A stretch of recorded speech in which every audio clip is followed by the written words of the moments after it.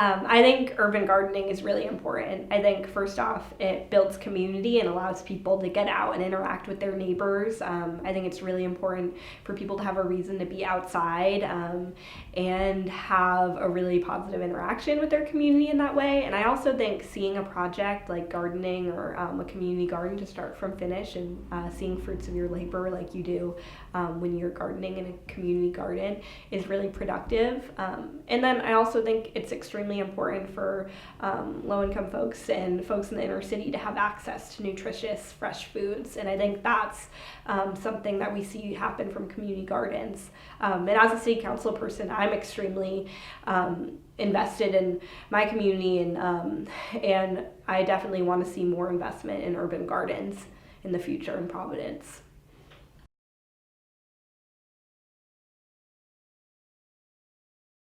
I absolutely think there are some areas of Providence that are a food desert. I live in the Smith Hill neighborhood. I live on Jewett Street. And a few years ago, we got our first supermarket on Smith Hill, the Aldi's Market. But before that, our community was really a food desert. And you know, a lot of times low-income communities don't have access to fresh and nutritious foods, whereas in higher-income communities, say on the east side, people lobby and they have access to many locations like Whole Foods and like East Side Marketplace and many places to get nutritious foods, whereas when the community isn't as loud about wanting these things, they don't come to us and they think that low-income communities don't deserve it, which is totally not the case. And even still, I see in my community, though we do have a supermarket, and so we're not technically considered a food desert anymore. The produce that we do get isn't the same caliber that you would get at a higher end grocery store. You know, a lot of the times the produce at Aldi's is going bad, or we don't have access to a lot of produce. And I think that's a huge problem. I think that we need to make sure we're investing in communities that don't have access to nutritious foods, because that's how we make sure our kids are healthy, we make sure they're ready for school, and we make sure that our communities are healthy communities.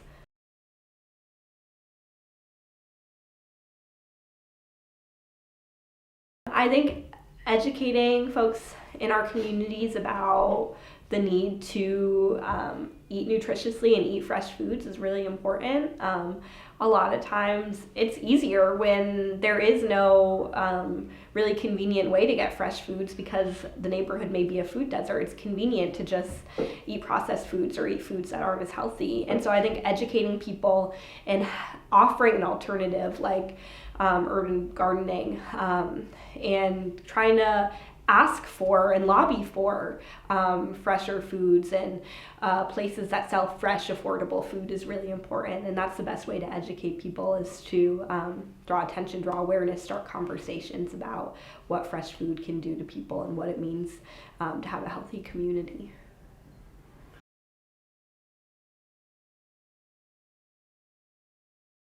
There are not any farmers markets in my community, and that's something I think about a lot.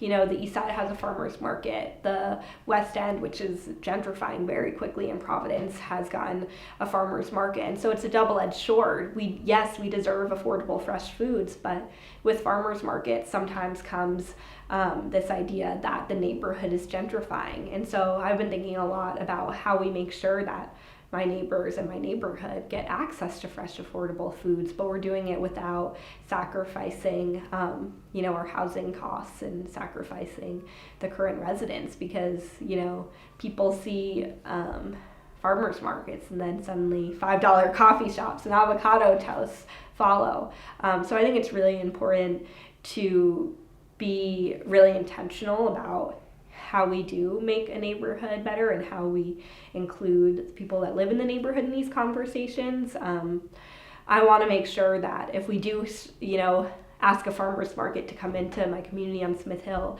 that we do it under the premise that the neighbors want it, that the community wants it, and that the vendors at this market are going to be affordable and are really going to serve the people that live in our community now, and don't try to have prices that are too high for the current people that live in the neighborhood. it's really important to have people out in the community and interacting, and I think that's what really builds community and makes people want to invest in their neighborhood and gets people out of the house and interacting with each other and sharing ideas. I know in my community in Providence on Smith Hill, there aren't a lot of shared public community spaces. And I love the idea of having more urban gardens and getting people out of the house and kind of interacting publicly. And I think it is a good way to take these blighted spaces, like lots that are often owned by out-of-state trusts that are sitting and filled with trash, and make them beautiful. But again, like, all development has to be done intentionally, and I think it's important when we are thinking about neighborhood beautification and urban gardening that we need to be doing this in an intentional way. And we're doing it for the people that live there now, and we're not doing it in a way that pushes people that are current residents out of the neighborhood.